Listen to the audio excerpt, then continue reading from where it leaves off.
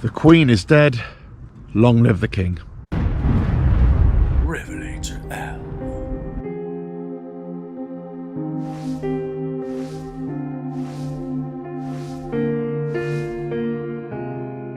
Hello, welcome to RevelatorAlf. Hope you're all well. So this is a complete departure from my normal videos. Today is the 9th of September. Yesterday in the afternoon, the Queen of the United Kingdom of England, Great Britain, and the Queen of 15 other states and the head of the Commonwealth, she died at 96 years old. So immediately now her first son, now King Charles, Prince Charles, King Charles, takes the reins, as it were. Now, this is not going to be one of those videos where, you know, I pretend to be a royalist or a monarchist or anything like that. I've never been that.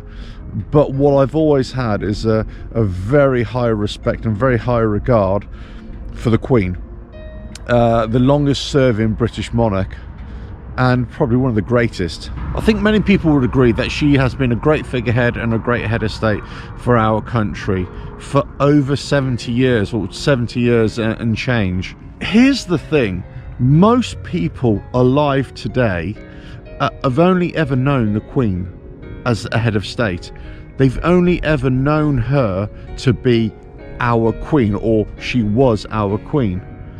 So it's a very weird feeling for many people yesterday, last night and today, waking up, that the Queen is not there anymore.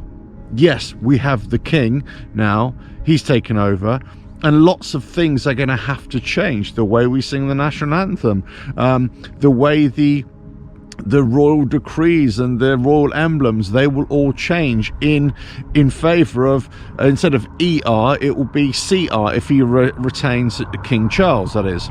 So we've had a lifetime of consistency, whether we regarded her in high regard or not, whether we're royalists or not.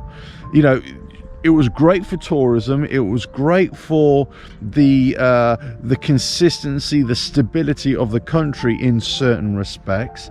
In other respects, she was just a faceless figurehead, I suppose, and really it was the people behind the scenes, or the government, that ran the country. And yes, that is still true, but she was still a highly important figure. Now, as I say, I'm not a royalist, I'm not a monarchist, but I'm also not a Republican either. You know, I believed in the monarchy, I just was kind of indifferent to them, but I was never indifferent to the Queen. I always thought that of all the shenanigans that have been going on over many years, of all the stories, of all the things that didn't go quite right, she was always one that you could trust to do the right thing and appear to be doing the right thing and act in the right way. Okay, I'm not saying she didn't make any mistakes or she didn't do things wrong at certain times, let's say, in certain people's eyes. However, for the most part, she did absolutely right. And she led by tradition, she led by duty, by service. And she was a hard-working woman. She went all over the world. She was always in service to the country and to the people of this country, and also the people of other countries who she was the Queen of, and also to the other Commonwealth countries who she was the head of state as well.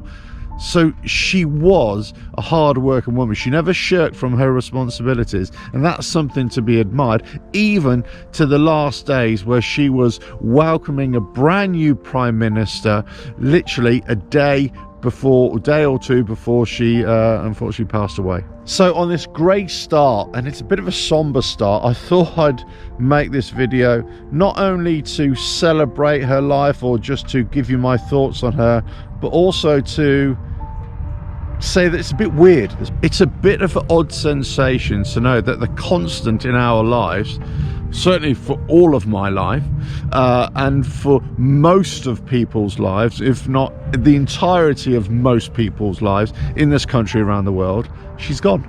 Now, many people have already started calling her the greatest monarch that this country has ever known, the greatest Queen that we've ever had. They're calling her Elizabeth the Great, and I've got to say, I would tend to agree. Again, this is coming from a non-royalist, a non-monarchist, but I would tend to agree for what she did throughout her years, for the length of service, for the length of time that she was queen, but also as a princess, you know, and she was active in World War II, and she was, you know, she served this country in so many different ways. And I've got to say, you know, as I say, I'm not a royalist, but respect where respect is due. And I only hope that King Charles now can lead this country, or be a figurehead, be the head of state for so many countries, and act in the same way. Many people have their reservations about King Charles. I've always been a fan of King Charles, would you believe? You know, in some ways. In other ways, yeah, he did some not very good things, let's put it that way. But in other ways, he's